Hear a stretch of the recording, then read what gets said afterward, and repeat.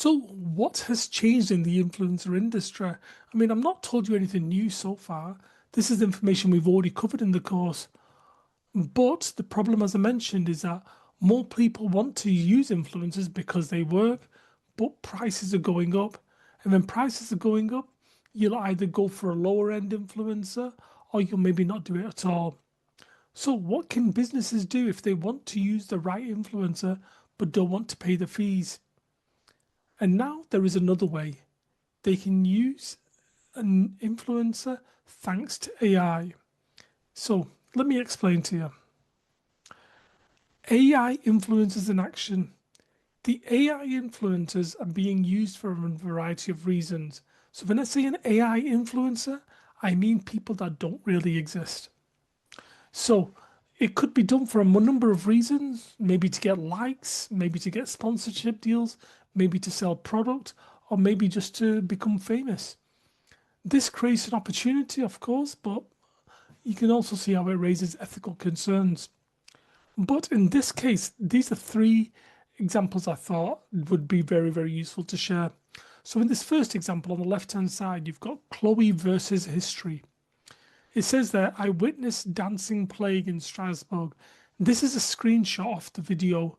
So basically, she was, she's, she's not a real person. She's been created by someone as an influencer who goes back in time and revisits separate things. So in this case, she's gone to the plague in Strasbourg in 1518. Then she goes to the Titanic.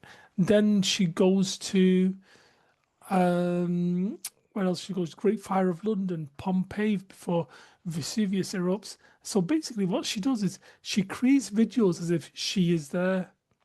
And thanks to technology and the way things work these days, they're able to do that. But she doesn't exist.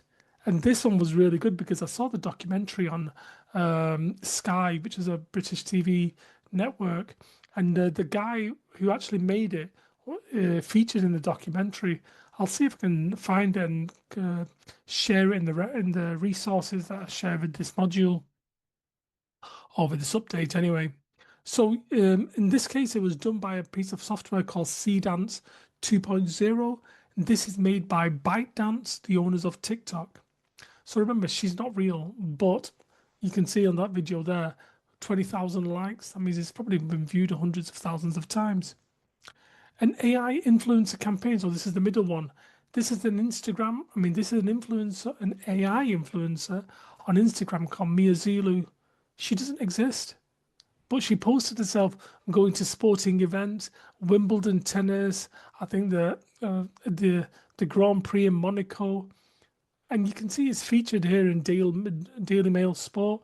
This is just her featured in a video. So this is a video about her, and it's got over 200,000 likes. That means it's been viewed millions of times, and she doesn't even exist. So someone's created this, or created her and showed her attending all these real events. And there's been people reacting to it and messaging her, thinking she's real, and she doesn't even exist. And thirdly, this is probably the one where I was quite impressed with it because it's great to kind of create things that people are entertained by, but to create something that's directly related to business is also quite impressive. So in this case, this person, AIAJ, he basically talked about, and this is quite clever actually, he talked about a piece of software called Snippo.ai. And so this was an advert for Snippo.ai, but it was cleverly done. So what he does is he's working with the customer and he uploads a picture of the shop to Snippo.ai, and then he selects an AI model.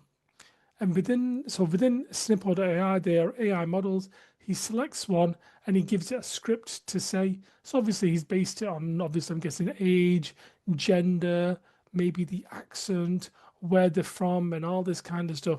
And he's got them to stand outside his client's shop, and then basically, what's the word I'm looking for? Yeah, he's stand outside the client's shop and basically do an advertisement for it, like an influencer. So you can see there, I mean, it's quite clever. So it says there, AI content creator tutorial, and it's yeah, it's very impressive. So what I'm trying to say is that when we say AI influencers, you might roll your eyes, you might think, oh my God, or whatever it is, but they are working. People are looking at it, people are using them, or people are being influenced by them.